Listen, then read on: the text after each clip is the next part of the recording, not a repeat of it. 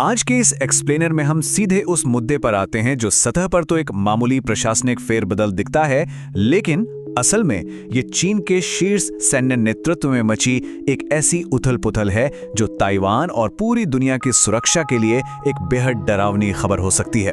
तो आइए इसके पीछे की पूरी कहानी को डिकोड करते हैं। अब सामान्य तौर पर तो यही लगता है कि अगर चीन की सेना अपनी ही आंतरिक समस्याओं से जूझ रही है तो ताइवान आराम की सांस ले सकता है ना? लेकिन रुकिए, हम इस पैराडॉक्स को गहराई से समझने वाले हैं क्योंकि सच्चाई इसके बिल्कुल उलट है। ये उथल-पुथल राहत की नहीं बल्कि एक बहुत बड़े खतरे की घंटी है। तो चलिए शुरुआत करते हैं हमारे पहले हिस्से से, अ डेंजरस पैराडॉक्स। जनवरी 2026 के वक्त पर गौर करें। अनुशासनात्मक जांचों के नाम पर दशकों के स्थापित सैन्य ढांचे को पूरी तरह से पलट कर रख दिया गया। जनरल झांग यूंगसिया जैसे प्रमुख चेहरों को किनारे कर दिया गया। इस भयानक छाटनी के बाद हुआ ये कि राष्ट्रपति शी जिनपिंग के पास सेंट्रल मिलिट्री कमीशन में केवल एक ही सक्रिय व्यक्ति बचा। जब सारी शक्तियां एक ही जगह सिमट जाएं, तो पूरा सिस्टम अविश्वसनीय रूप से नाजुक हो जाता है, जहां फैसलों को चुनौती देने वाला कोई नहीं बचता। एक्सपेक्टेशन वर्सेस रियलिटी का ये क्लासिक केस है। ये उम्मीद करना कि अव्यवस्था से सेना की युद्ध क्षमता कमजोर होगी और ताइवान सुरक्षित रहेगा, एक बहुत बड़ी भूल है। असलियत में इस तरह का व्यवधान एक ऐसा अस्थिर माहौल बनाता है जहां अनुभव की कमी के कारण गलत आकलनों और अनपेक्षित युद्ध भड़कने का जोखिम कई गुना बढ़ जाता है। आगे बढ़ते हैं दूसरे पॉइंट पर, द एक्सपर्टीज वैक्यूम, यानी अनुभव का अचानक गायब हो जाना। इस छटनी या पर्ज का पैमाना ही सच में चौंका देने वाला है। 2023 की शुरुआत में महत्वपूर्ण विभागों का नेतृत्व करने वाले कम से कम 30 हाई रैंकिंग जनरल थे, लेकिन फरवरी 2026 आते आते ये गिनती गिरकर केवल 7 रह गई। ये सिर्फ अधिकारियों को हटाना नहीं था, बल्कि ताइवान को समझने वाले पूरे ब्रेन ट्रस्ट को रातों रात मिटा देना था। इसमें भी खास तौर पर ईस्टर्न थिएटर कमांड को सबसे ज्यादा नुकसान पहुंचाया गया। हे वेदोंग और लिन जियानियांग जैसे महत्वपूर्ण कमांडरों को हटा दिया गया।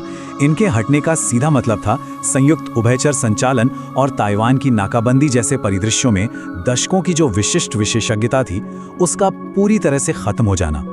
अब इतिहास उठाकर देखें तो पता चलता है कि इसके नतीजे क्या होते हैं। जब अनुभवी लोगों की जगह अनुभवहीन लेकिन राजनीतिक रूप से वफादार लोग कमान संभालते हैं, तो वे असल जोखिम देखने के बजाय आशावादी आकलनों पर निर्भर हो जाते हैं।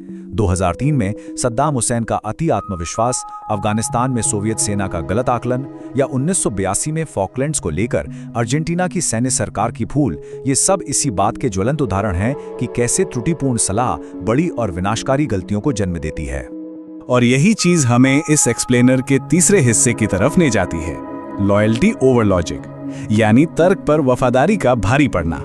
इस छटनी ने सेना में बचे हुए अधिकारियों के करियर इंसेंटिव्स को पूरी तरह बदल दिया है। यहाँ एक खतरनाक इको चेम्बर बन गया है। अगर कोई सतर्क सलाह देता है या कमियां बताता है तो उसे विद्रोही या निराशावादी मानकर हटा दिया जाता है। इसके उलट जो लोग अत्यधिक आक्रामक और जोखिम भरे प्लान पेश करते हैं, उन्हें वफादार मानकर पुरस्कृत किया जाता है। यह रवैया बिना सोचे समझे युद्ध शुरू करने का एक सीधा रास्ता है। चौथा आयाम जो यहाँ ध्यान देने वाला है वो है द ग्लोबल डिस्ट्रैक्शन।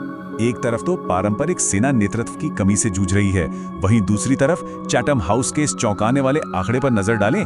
2020 और 2025 के बीच चीन का परमाणु शस्त्रागार सीधा दोगुना हो गया है। सैन्य अराजकता के बीच भी हथियारों की ये तेज और खतरनाक दौड़ बेरोक-टोक जारी है।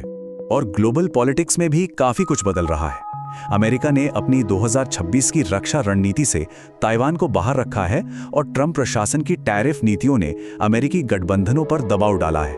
हालांकि यूरोपीय संघ और जापान ताइवान के समर्थन की बात कर रहे हैं, लेकिन बीजिंग अमेरिका की इस रणनीति का स्पष्टता को सहयोगियों के कमजोर होते संकल्प के रूप में देख सकता है, जिससे उनका हौसला और बढ़ सकता है। पांचवा हिस्सा थोड़ा अलग लेकिन बेहद जरूरी है, ताइवान्स इंटरनल डिवाइड्स।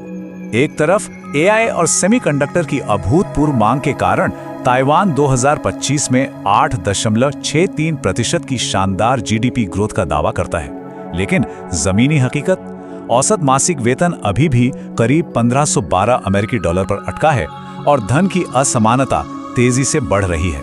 ये गहरी आर्थिक खाई ताइवान के सामाजिक ताने बाने को कमजोर कर रही है। इस चार्ट को ही देख लीजिए। जब किसी देश की लगभग 70% आबादी औसत वेतन से कम कमा रही हो तो समाज भीतर से टूटने लगता है। इस तरह का खंडित समाज बीजिंग के मनोवैज्ञानिक अभियानों और ग्रे जोन युद्ध के प्रति बहुत ज्यादा संवेदनशील हो जाता है। इसके ऊपर से ताइपे की पॉलिटिकल पोलराइजेशन 2025 के अंत और 2026 की शुरुआत में रक्षा बजट का अटका रहना, लाई प्रशासन का गतिरोध तोड़ने का प्रयास और ग्रेट रिकॉल मूवमेंट का फेल होना निष्पक्ष रूप से देखा जाए तो ये सब दिखाता है कि समाज पूरी तरह से बटा हुआ है। जब देश को एकजुट होने की सबसे ज्यादा जरूरत है तब ये आंतरिक खींचतान एक बहुत बड़ी रुकावट है। तो अब आते हैं छठे और आखिरी हिस्से पे, द पाथ टू डिटरेंस। बचाव का रास्ता क्या है? ताइवान को इस खाली समय का तत्काल उपयोग करना होगा। इसके लिए 4 कदम बहुत जरूरी हैं। मजबूत अंतर्राष्ट्रीय सुरक्षा गठबंधन बनाना, स्पष्ट आर्थिक निर्भरताएं स्थापित करना, अपनी घरेलू दरारों को भरकर सामाजिक लचीलापन तैयार करना और पीएलए के उस इको चेंबर को तोड़ना। ऐसा करके ही बीजिंग को यह कड़ा संकेत दिया जा सकता है कि ताइवान पर हमले की कीमत उनके अनुमान से कहीं अधिक होगी। इस पूरे एक्सप्लेनर को एक बहुत ही गंभीर सवाल और इस विचार के साथ खत्म करते हैं। क्या अंतर्राष्ट्रीय समुदाय यह पहचानेगा कि एक विनाशकारी फैसले को रोकने का एकमात्र तरीका आज ही दृढ़ कार्रवाई करना है? भले ही वो कदम उकसावे वाला लगे, लेकिन कल की तबाही को रोकने का यही एकमात्र यथार्थवादी रास्ता है। इस चर्चा से जुड़ने के लिए बहुत बहुत धन्यवाद।